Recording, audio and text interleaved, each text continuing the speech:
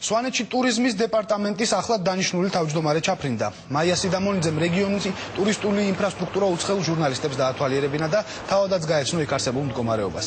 მესტიის აეროპორტი, გზები, სასტუმროები და სათხილამურო კომპლექსი მთავარი ობიექტებია, რომლებმაც სვანეთში ტურიზმის განვითარებას უნდა შეუწყოს ხელი.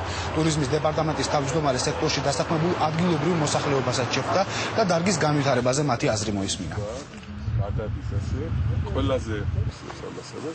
ყველაფერი გაგვიადვილებს ზამთარში. ვფიქრობთ, რომ სვანეთში უნდა გახდეს ყოველ სეზონური ტურისტული მიმართულება, სადაც უკვე ამ ზამთარში იქნება სათხილამურო ტრასა გაკეთებული, იქნება აეროდრომი ზუსტად 2 თვის განმავლობაში, რომელიც აშენდება და მოსახლეობას მისცემს იმის საშუალებას, რომ აქ უკვე ყველანაირი ამიდის პირობებში ამოვიდნენ. ბევრი ადამიანი არის დასაქმებული, რა თქმა უნდა, ეს არის ტურიზმისთვის კეთდება, ხალხისთვის კეთდება.